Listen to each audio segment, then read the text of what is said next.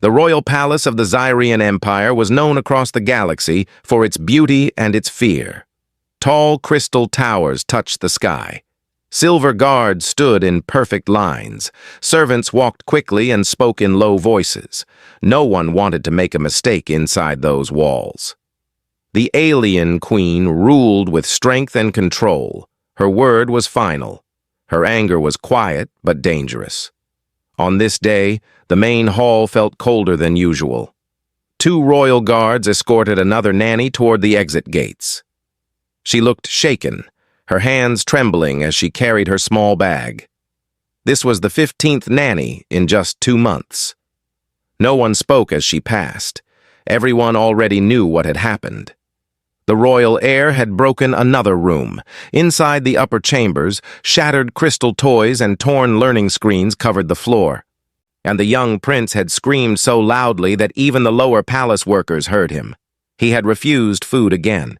He had pushed away everyone who came near him. The queen stood silently in the royal chamber, her long dark robes flowing behind her. Her golden eyes were calm, but that calm was more frightening than anger. She turned to her advisors and spoke in a steady voice. 15 have failed. The next one will be the last. Her words moved through the palace like cold wind. Down in the lower halls, far from the throne room, a human janitor pushed his cleaning cart slowly across the polished floors. His name was Daniel Carter. He was not important in the palace. He was just a maintenance worker hired through interspecies employment programs. Most royal staff did not even know his name. And Daniel had come to the Empire years ago after losing his wife in an accident back on Earth.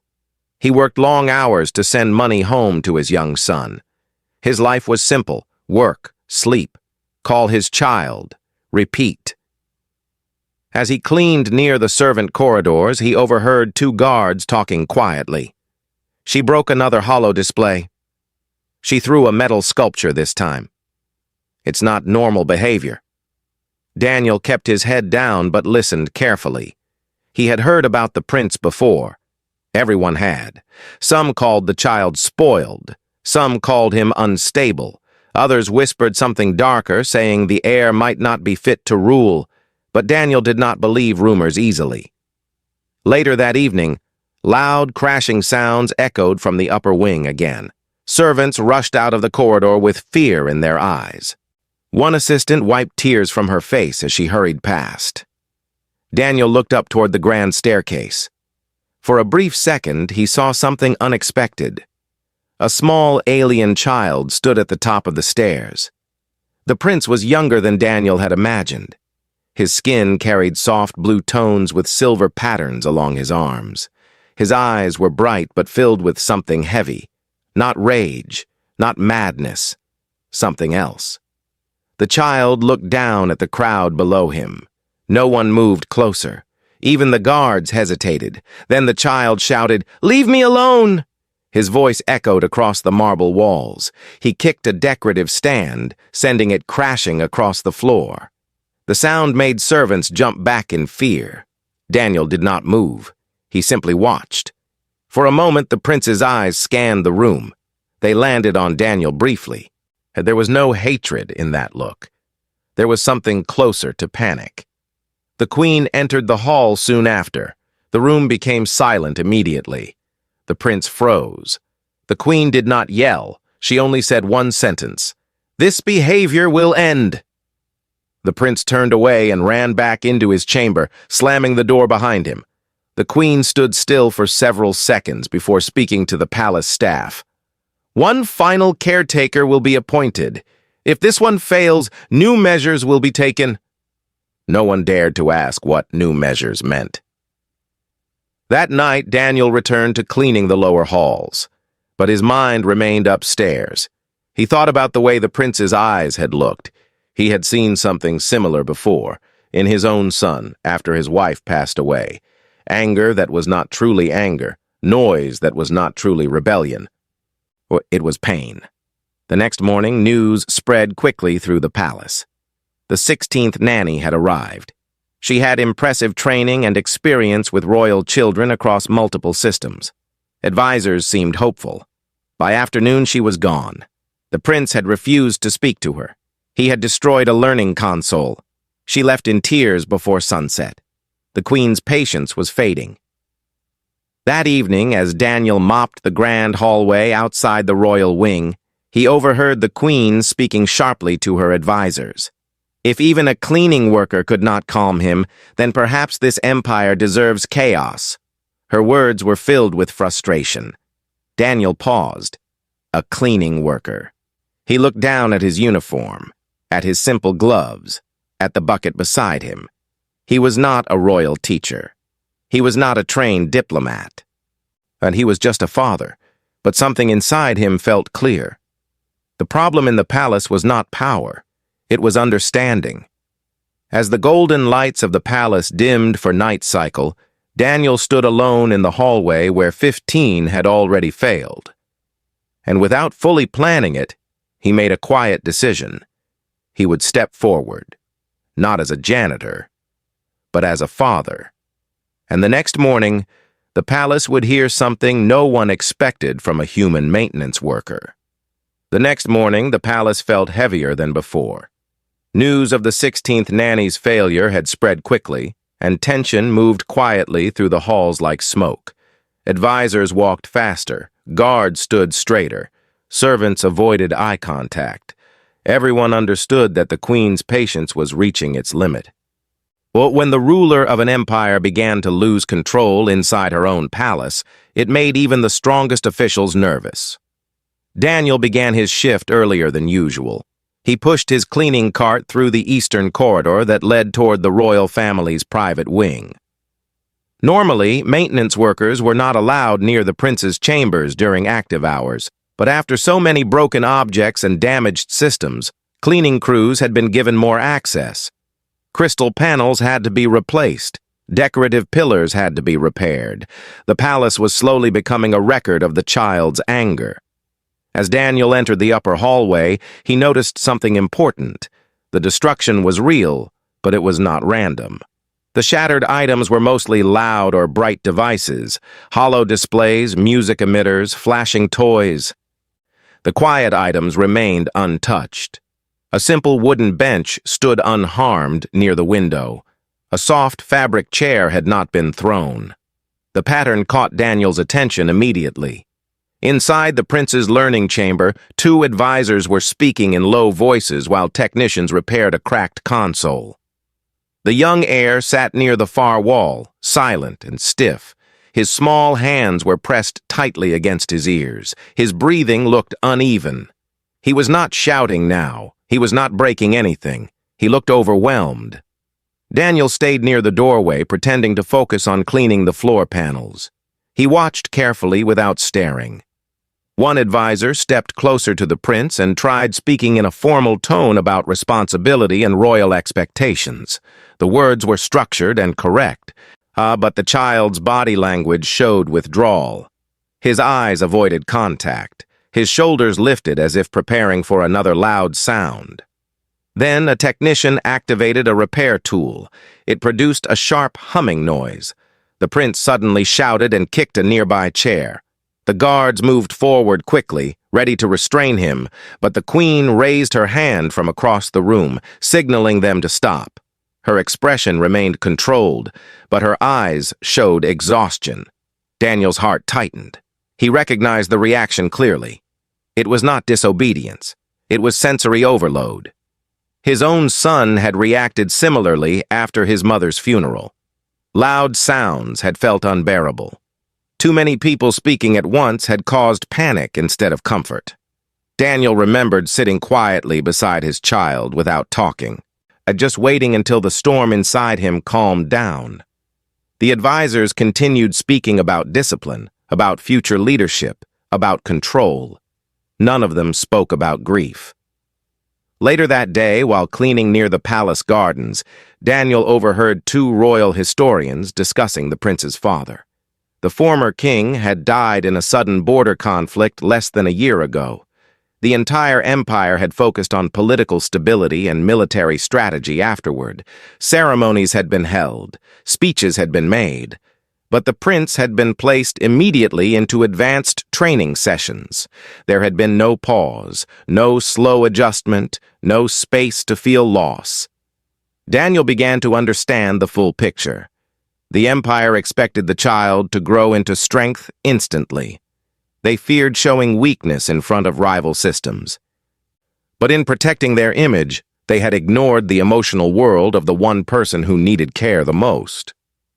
That evening, Daniel saw the prince again near the high balcony overlooking the city. The child stood alone, staring at the lights below. There were no toys around him, no teachers, no guards standing too close, just quiet air and distant stars. For a brief moment, the prince glanced down toward the lower courtyard where Daniel was sweeping debris. Their eyes met again. This time there was no anger in the child's gaze. There was curiosity. And something else. Loneliness. Daniel did not wave. He did not smile widely. He simply continued sweeping slowly, keeping his movements calm and steady. He wanted the prince to see something different from the usual palace energy. No fast steps, no strict commands, just quiet presence.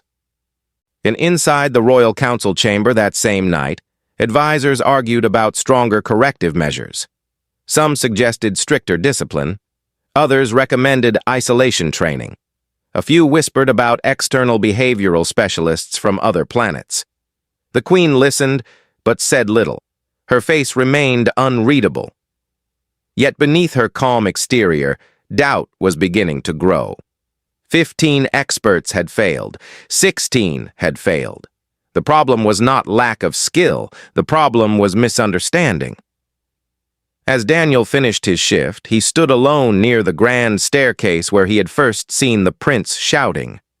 The palace lights reflected across the polished floors, making everything look perfect on the surface. But Daniel knew that perfection often hid pain. He now saw clearly that the child was not dangerous. He was grieving. He was overwhelmed. He was surrounded by power but deprived of comfort. The Empire saw a future ruler. Daniel saw a boy who had lost his father and had never been allowed to cry. The next step would not be simple. Speaking up in a royal court as a human janitor was not normal. It could cost him his position. It could even end his employment in the entire empire. But the more he watched the prince suffer quietly under heavy expectations, the more certain he became. The palace did not need another expert. It needed someone who understood how a child feels when the world suddenly becomes too loud. And Daniel knew that very soon, he would no longer remain silent. The decision did not happen in a dramatic moment. It grew slowly inside Daniel over the next 2 days as he continued watching the palace struggle with the same problem. The prince's behavior had not improved. If anything, it had become more unpredictable. Some mornings he refused to leave his chamber. Other times he moved through the halls in complete silence, ignoring everyone around him. The advisors called emergency meetings. Security presence increased near the royal wing. The palace looked strong from the outside, but inside it felt unstable. On the 3rd afternoon after the 16th nanny had left, another incident shook the upper floors. A group of senior tutors attempted to begin a strategic learning session with the prince in the war council room. The room was large, bright, and filled with holographic projections of star systems. It was not designed for a grieving child. As the instructors activated the display, bright lights flashed across the walls. The prince's breathing changed immediately. He pressed his hands to his ears again and shouted for them to turn it off. When they did not respond fast enough, he grabbed a crystal data rod and threw it across the chamber. It shattered against a wall panel. Guards rushed in. Advisors began speaking over each other. The prince tried to push past them, but one guard stepped too close. The child reacted on instinct and struck the guard's arm. The room fell silent. For a moment, it looked like the situation might turn into something much worse. The queen entered shortly after. Her presence alone quieted the chamber. She looked at her son, then at the broken display, then at her advisors. There was no anger in her voice when she spoke, only controlled disappointment. She ordered everyone to leave the room except the prince, and the heavy doors closed behind her. Daniel had witnessed part of the event from the hallway while cleaning near the council wing. He had seen the panic in the prince's eyes, not aggression. He had seen how the child reacted before anyone had even raised their voice. It confirmed what Daniel already believed. The palace was treating symptoms without understanding the cause. Later that evening, a formal gathering was held in the throne hall. The queen summoned her advisors and security chiefs to discuss next steps. Daniel happened to be assigned to clean the outer corridor just outside the chamber. Through the open entrance, he could hear the discussion clearly. Suggestions were becoming more severe. One advisor proposed structured isolation training to build emotional control. Another recommended advanced neural assessment. A third quietly mentioned temporary removal from public appearances to avoid embarrassment to the empire. The queen remained silent for a long time. Finally, she spoke. Her voice carried through the hall with calm authority. She declared that one final caretaker would be appointed. If this one failed, alternative measures would begin immediately. Her words were heavy. There would be no 18th attempt. Something inside Daniel shifted at that moment. He knew this was the turning point. If the final attempt followed the same pattern as the others, nothing would change. The prince would be labeled unstable. Stronger restrictions would follow, and the child's quiet grief would be buried under discipline and fear. Before he could convince himself to remain silent, Daniel stepped forward from the corridor into the open space of the throne hall. The movement alone caused several guards to turn sharply. A human janitor did not enter royal meetings uninvited. The advisors looked surprised. The queen's eyes settled on him immediately. Daniel lowered his head respectfully but did not kneel. His voice was steady, even though his heart beat loudly in his chest. He said that he wished to request permission to attempt the role of caretaker. A soft wave of disbelief moved through the chamber. Some advisors exchanged looks. One even let out a quiet laugh before quickly stopping himself.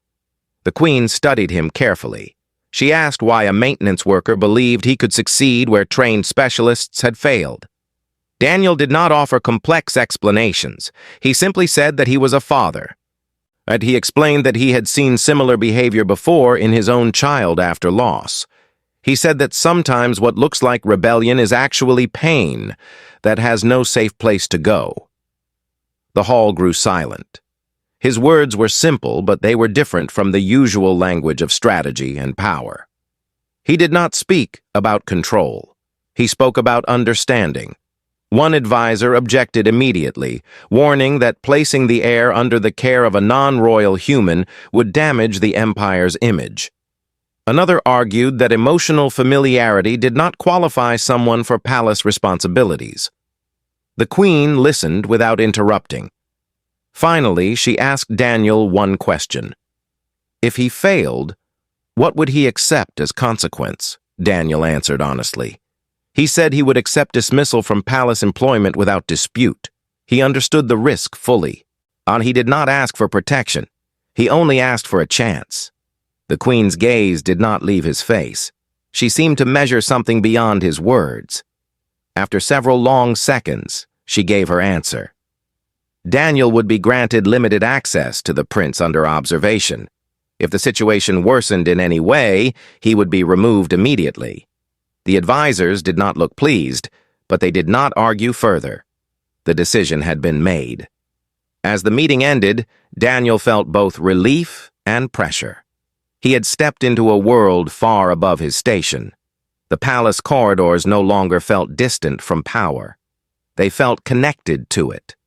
Tomorrow, he would not enter the royal wing as a janitor with a cleaning cart. He would enter as the final attempt to reach a grieving child. And if he failed, the consequences would not only affect his job, they would shape the future of an empire.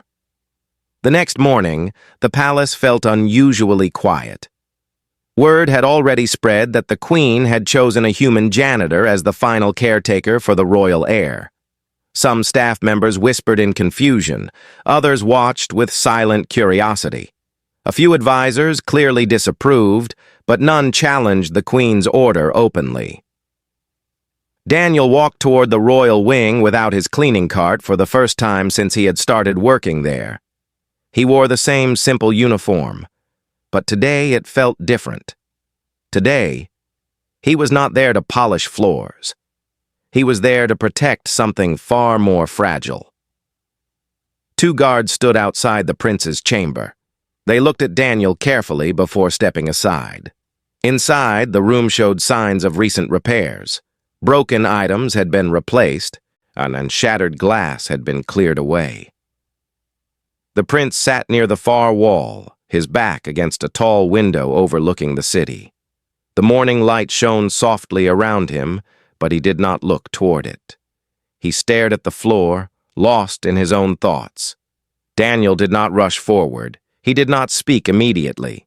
Instead, he entered slowly and chose a spot on the opposite side of the room. He sat down on the floor, not on a royal chair, not on a formal seat, just on the floor. He crossed his legs and rested his hands loosely on his knees. The prince glanced at him briefly, confused by the unusual behavior. No one had ever entered the chamber and simply sat without giving instructions. Minutes passed in silence. Guards watched through hidden surveillance panels. Advisors monitored through secure feeds. And they expected Daniel to begin a structured session or attempt conversation quickly. Instead, he remained still. He allowed the room to settle into quiet. The absence of commands felt strange, but not threatening. After a while, Daniel reached into his pocket and pulled out a small folded piece of paper. It was slightly worn at the edges. He unfolded it carefully and placed it on the floor in front of him. It was a simple drawing made by his son back on Earth. The picture showed two stick figures holding hands under a bright sun. It was not artistic. It was not impressive. It was personal. The prince's eyes shifted toward the drawing. He did not move closer, but his attention had clearly changed. Daniel did not explain the picture.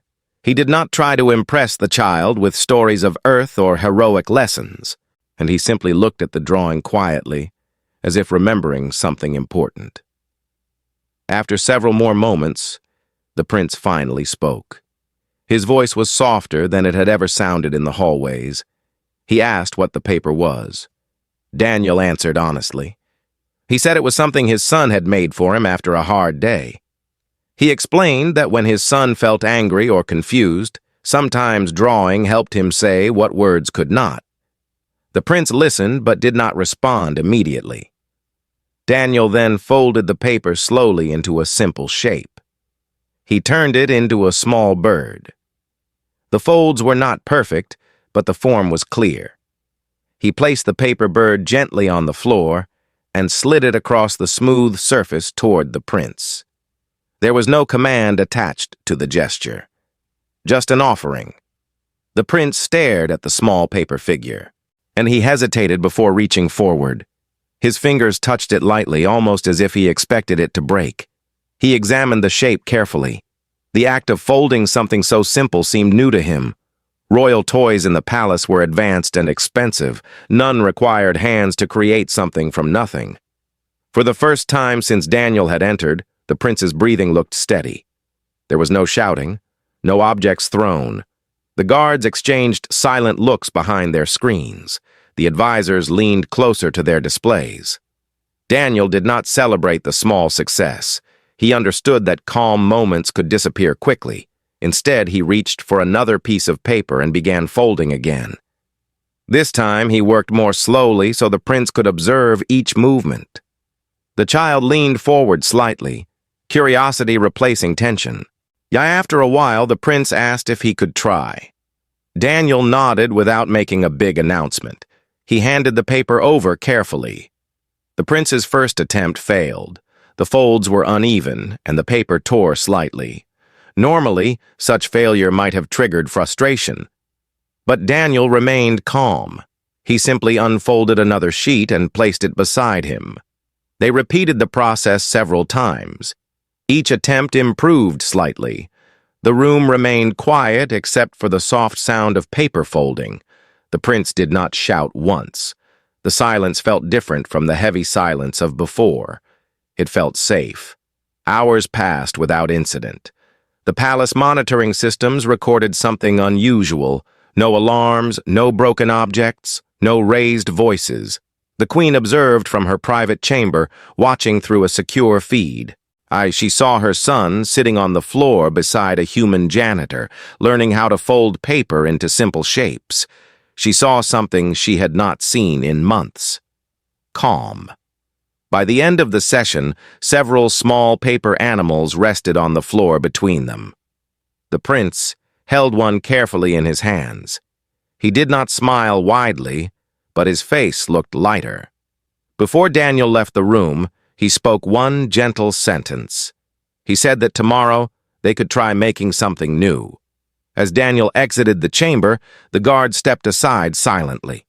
None of them had expected the first day to pass without chaos. Advisors were already preparing reports. Some remained skeptical, but they could not deny the results. The palace that had witnessed 15 failures had just seen something different. No advanced tools, no strict lectures, no displays of authority, just patience. And for the first time in many months, the royal chamber had known peace without fear.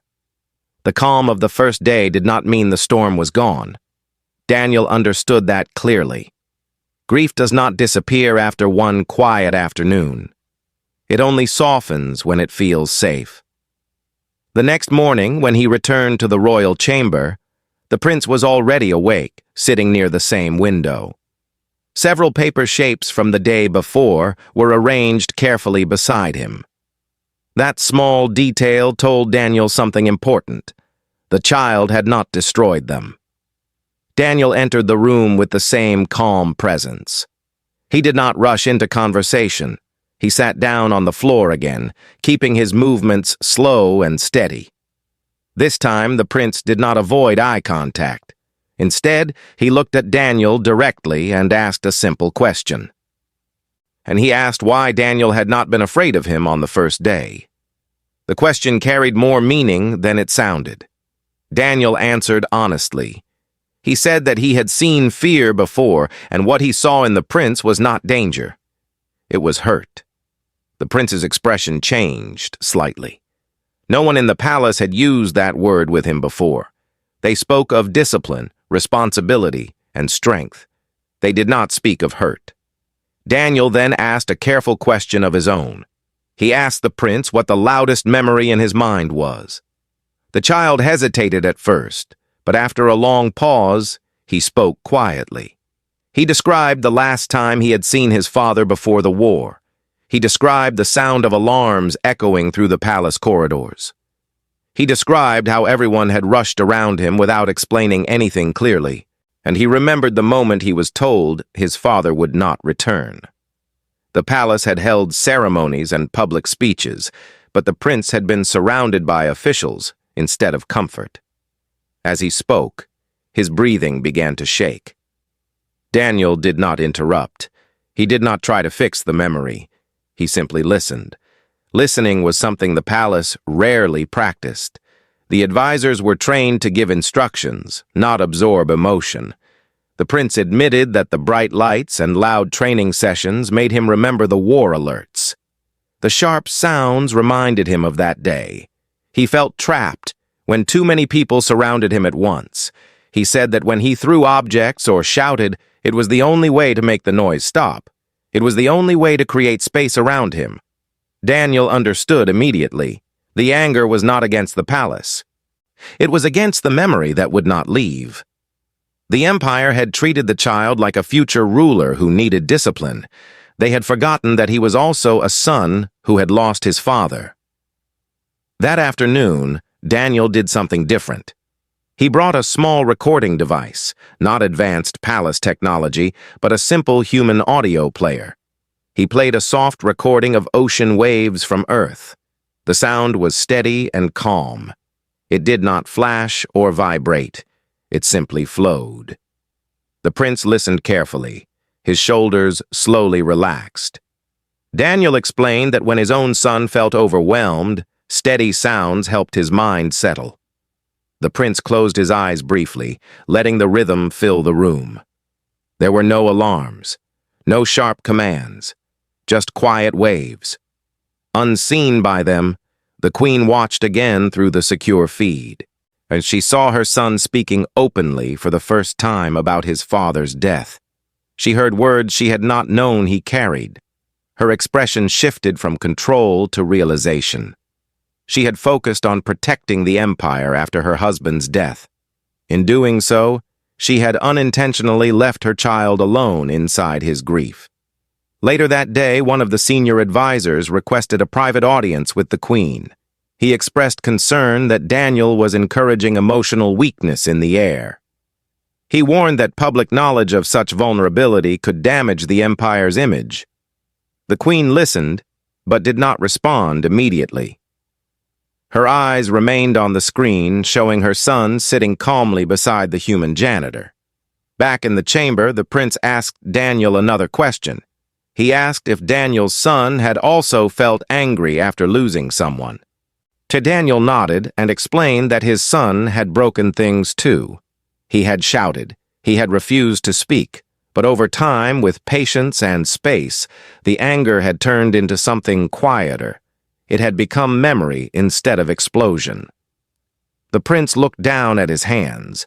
He admitted that sometimes he was afraid that if he stopped being angry, people would forget his father. Daniel answered gently that remembering someone does not require shouting. It can live quietly in actions and choices. As the session ended, the prince did something unexpected. He stood and walked toward the center of the room where a repaired holo display stood. Instead of striking it, he reached out and touched it lightly. The device did not trigger panic this time. He stepped back calmly. Outside the chamber, palace guards noticed the difference. There were no emergency alerts, no broken objects, only conversation. That evening, the queen entered her son's chamber alone after Daniel left. She sat beside him without advisors or guards. For the first time in months, she did not speak about duty. She spoke about his father as a husband and a person. The prince listened without shouting. The secret behind the anger had finally been spoken aloud, and once spoken, it no longer held the same power over him. Change does not come quietly inside a royal palace. Even though the prince's behavior had improved, not everyone welcomed the difference. Some advisors believed that calmness created by a human janitor was temporary and dangerous. They feared that emotional openness would weaken the image of the empire. Power, in their view, required control, not vulnerability.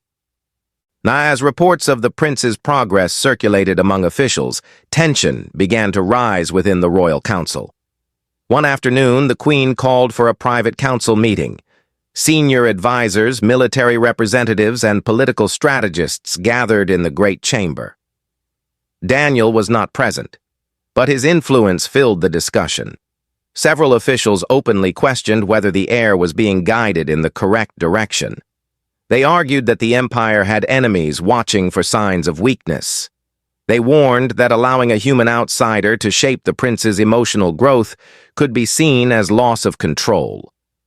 The queen listened carefully to every concern. Her expression remained composed, but inside, she was weighing more than politics.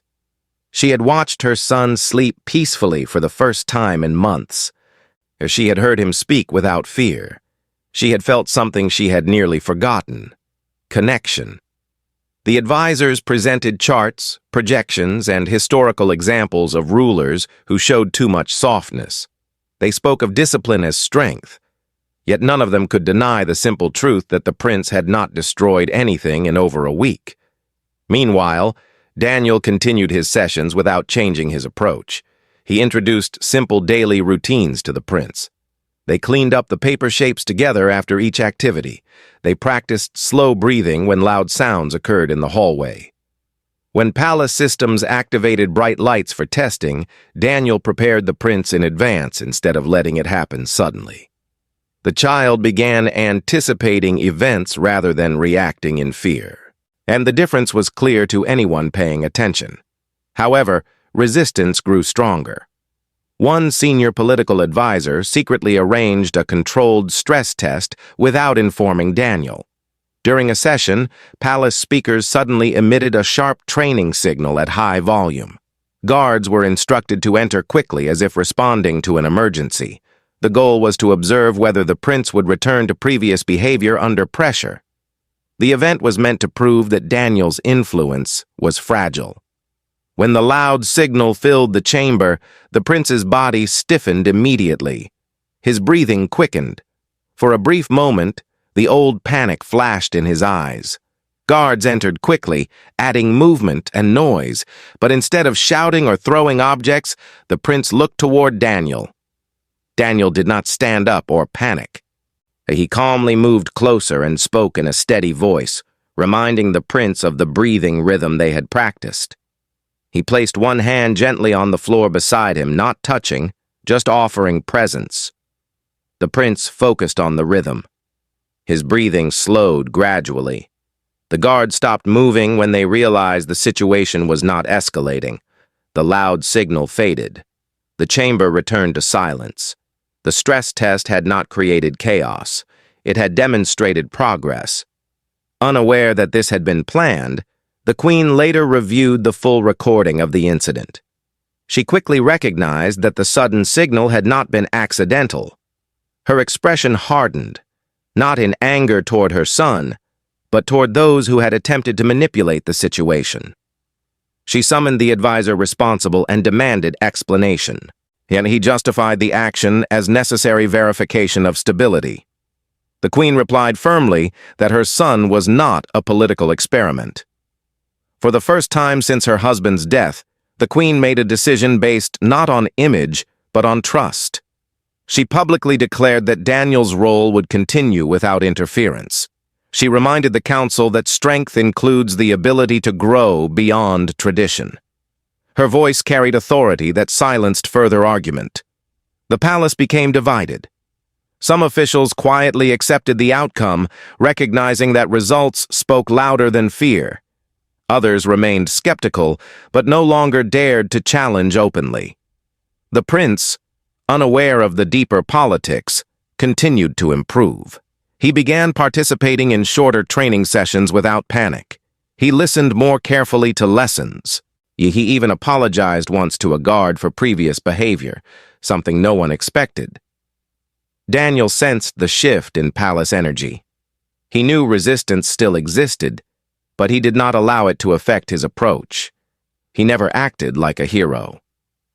He continued sitting on the floor beside the prince, folding paper, listening, and guiding simple routines.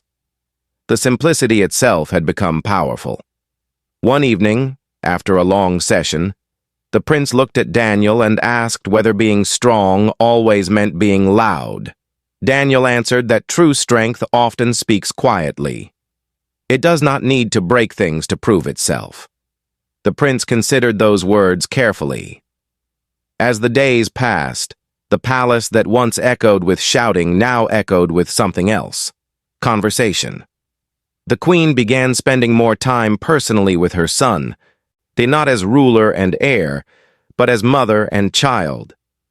Advisors adjusted schedules to allow gradual exposure instead of overwhelming demands. The empire's image did not collapse. Instead, stability increased because the future ruler was becoming balanced rather than controlled by fear. The palace had been divided by doubt, but evidence slowly healed the division. The human janitor had not weakened the empire. He had strengthened its foundation, and soon, even the strongest critics would have to admit that something real had changed. Weeks turned into months, and the change inside the palace was no longer small or temporary. It was steady. The royal air no longer woke the halls with screams. The sound that now carried through the upper wing was conversation, sometimes even quiet laughter. Training sessions continued, but they were structured differently. Lessons were shorter and balanced with rest. Bright holographic displays were introduced gradually. Advisors learned to announce loud simulations before activating them. The prince began walking through the palace corridors without guards standing too close to his shoulders. He still carried grief, but it no longer controlled him. The Empire began to notice the difference as well. Public appearances resumed carefully. The prince stood beside his mother during council ceremonies without visible distress. He spoke a few simple words to visiting ambassadors. His voice did not shake. Reports of palace instability slowly disappeared from external channels. Rival systems that had been watching for weakness found none to exploit. Stability had returned, but not through force. It had returned through understanding. Daniel continued his role quietly. He never demanded recognition. He never entered council chambers unless invited. Most days, he still pushed his cleaning cart through the lower halls once sessions were finished. Some staff members now greeted him with respect. Others nodded in quiet acknowledgement. The guards who had once doubted him now trusted his presence around the air. But Daniel remained the same man who had first stepped forward. He did not see himself as important. He saw himself as a father doing what fathers do. One afternoon, the Queen requested Daniel's presence in the throne hall. Word of the summons moved quickly through the palace. Some believed he might be dismissed now that the crisis had passed. Others wondered if the Queen would formalize his position permanently. When Daniel entered the hall, it was filled with senior officials and representatives from several allied systems. The atmosphere felt serious but not hostile. The Queen stood at the center of the chamber, her expression calm and resolute. The prince stood beside her, no longer hiding behind robes or guards. He looked steady. The Queen began speaking about strength and leadership. She acknowledged that the Empire had faced internal instability after the king's death. She admitted that even powerful systems can overlook the simplest needs of the young. Then she turned her attention to Daniel. She spoke clearly, so every official could hear. She stated that the Empire had learned something important. Discipline without understanding creates fear. Power without compassion creates distance.